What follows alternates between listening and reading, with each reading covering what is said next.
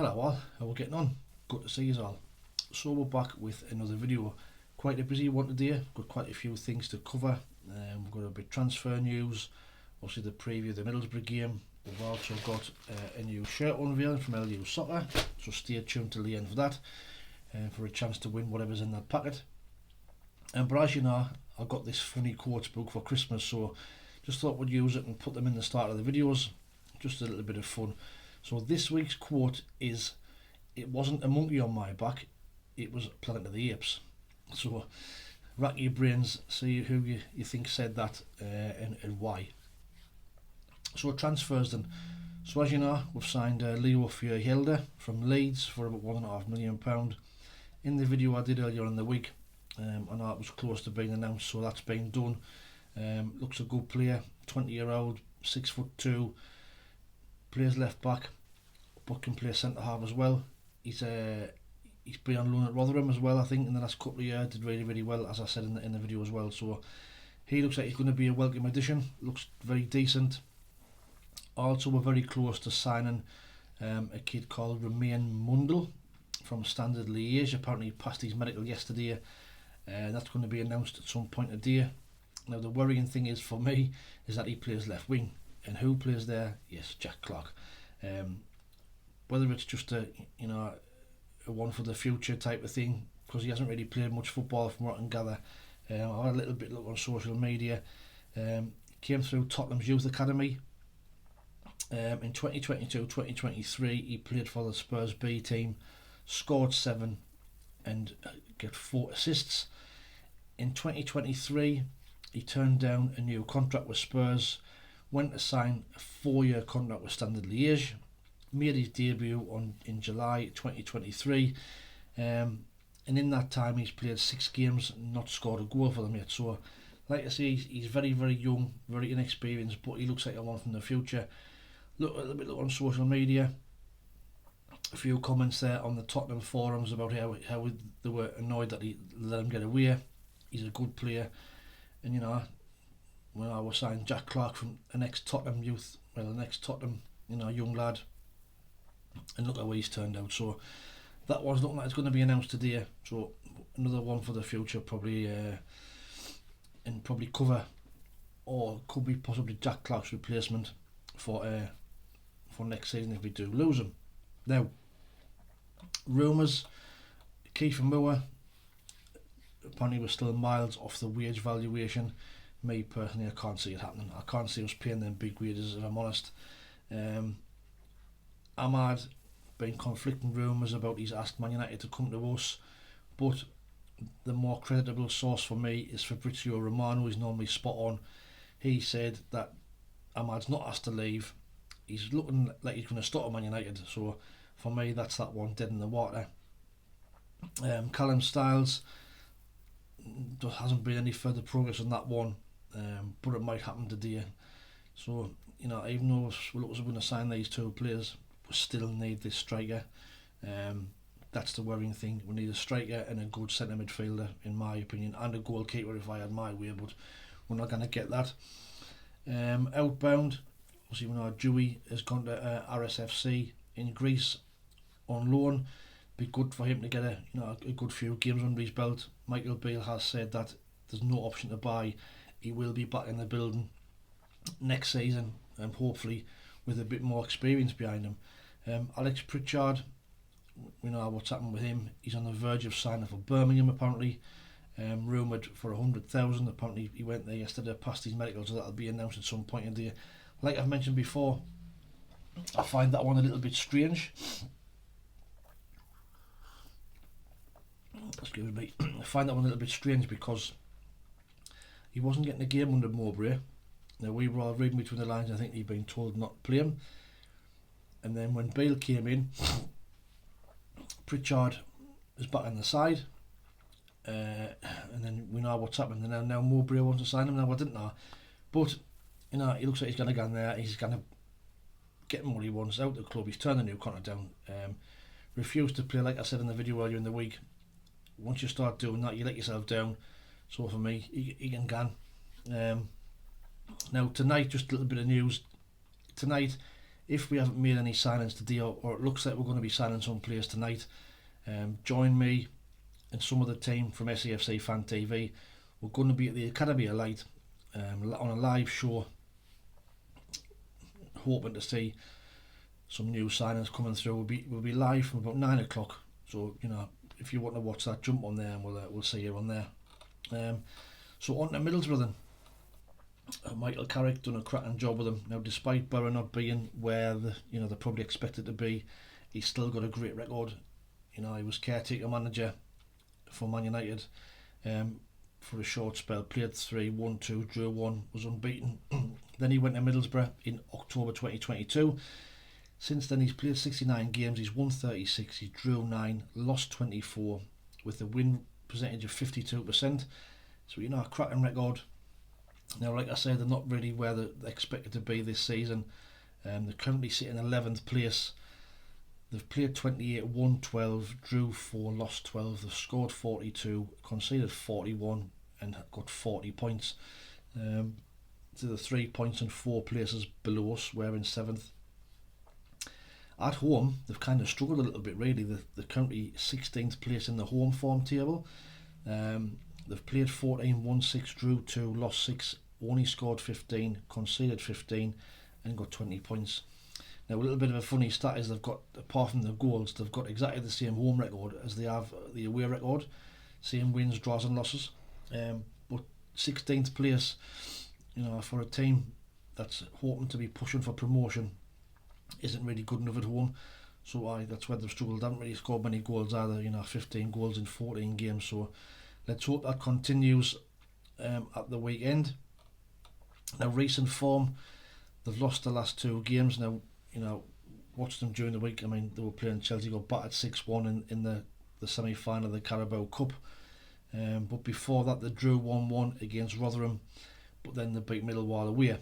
They have only won 2 games in the last 6, so they're not on a great run of form. But you know, they'll be looking to put that right against us at the weekend.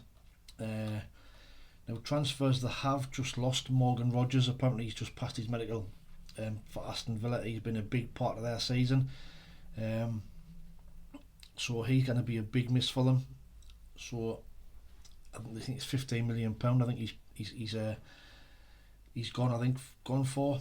But they have made 3 decent signings in the window already. They've signed Finn Azaz for about £3 million from Aston Villa. He'd been on loan at Plymouth. Good attacking midfielder. They've also added Luke Elan, experienced fullback from Leeds. You know, I've always liked him, tough tackling. Always done a great job wherever he's been.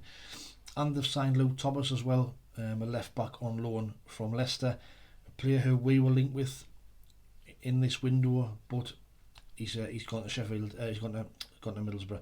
He has been on loan at Sheffield United. Didn't really get a look in. Leicester recalled him, and he's ended up with Middlesbrough. So, you know, we'll just have to wait and see, you know, how them transfers, you know, kind of work for them. But I think they've got 3 good additions amongst that lot. Top players this season for Middlesbrough. Well, Finn Azaz is their top rated player now, and he's only played 2 games, but that was previously as well at Plymouth. Daniel Barlaser, midfielder, used to be at Rotherham, another good player. He's been one of their top performers. Assists, Matt Crooks has got 6. Morgan Rogers, who I said, has got 6 assists. He's going to be a big miss for them. And Finn Azaz has got 5. But some of them again will be from when he's at Plymouth. Now, on to us. So, you know, we on the back of beating Stoke 3-1, which kind of give Michael Beale a stay of execution. Coming off the back of them 3 defeats against Hull, Ipswich and Newcastle. The 3-1 win last week wasn't pretty. You know, the first half was terrible, like I said in the preview video. The second half was much better. We looked a lot better. You know, we got another 2 goals. We win the game 3-1. But, you know, to put it in perspective, it was a very, very poor Stoke side. Now, I just want to say as well on that Stoke game, I have seen some comments during the week about Lyndon Gooch getting grief off the Stoke fans, you know, about, you know, not putting his whole or heart and soul into the game, which I think is absolute bollocks. Every time he plays, he gives his 100%, and he's addressed that on social media. So, you know, Lynn and Gooch, you know, I feel for you. You know, you didn't deserve that sort of criticism from the Stoke fans, and it was great to see you back at the stadium. So, you know, hope it all works out for you. Now, our top performers this season: Jack Clark, as we know, Trey Hume, excuse me, and Dan Ballard. Our 3 top performers. Goals: Jack Clark, miles ahead of anybody else, got 13. Dan Neil and Joe Billiams got 4 each. Assists for us, we know Pritchard's our leading assister. He's gone now.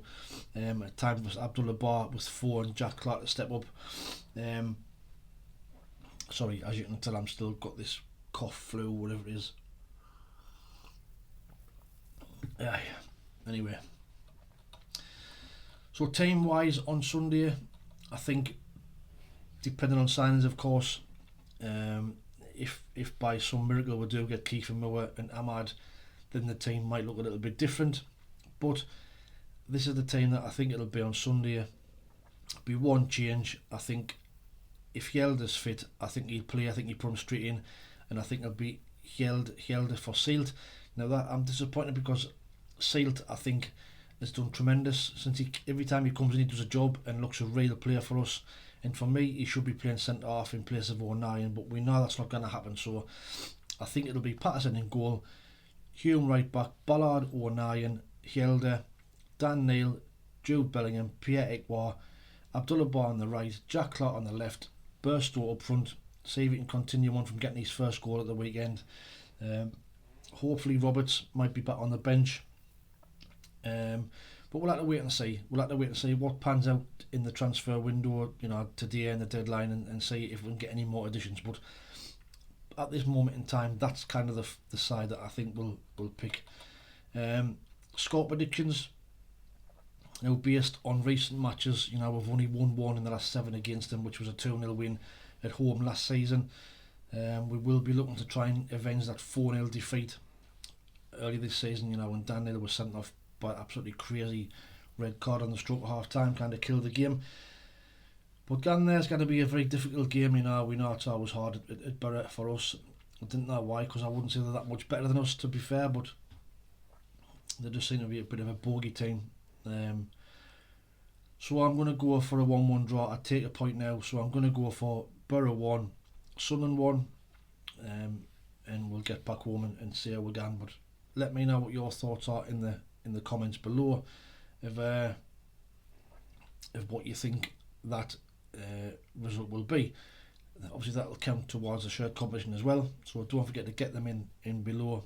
I'll be updating the score competition, the shirt competition, in the next video, and see where the leaderboard is. So get the comments in your get the predictions in the comments below, and we'll get you in the competition. Now, LUSOCCER. So you know the crack where LUSOCCER. We've run these competitions now 3 times this season. The link is in the description below of how you can get roughly about, it's a $7 discount. It works at about £5.50 already on cheap, you know, shirts and clothing. They've got all sorts on there: NBA stuff, training wear, women's wear, retro stuff. So have a look at the website. It's the links, everything's down there what you need. Set up an account, it's free. When you do, you put my recommendation details in, you'll get the shirt, you'll get a discount off. Really, really good shipping, fast and quick, and the shirts really are good quality. So this is the latest one here, so we'll have a look and see what's in it.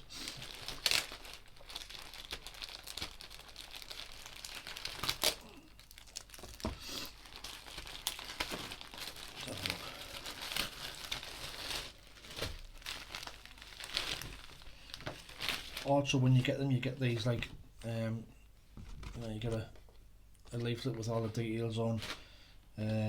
You can set up your own recommendation page once you get them, so other people can get discounts as well.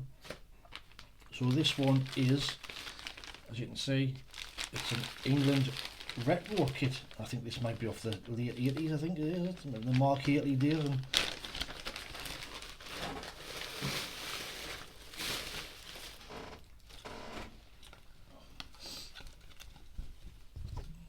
Admiral top, I like that.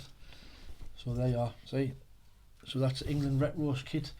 We've got the Euros coming up as well. The badge, as you can see, is stitched, it's not stuck on.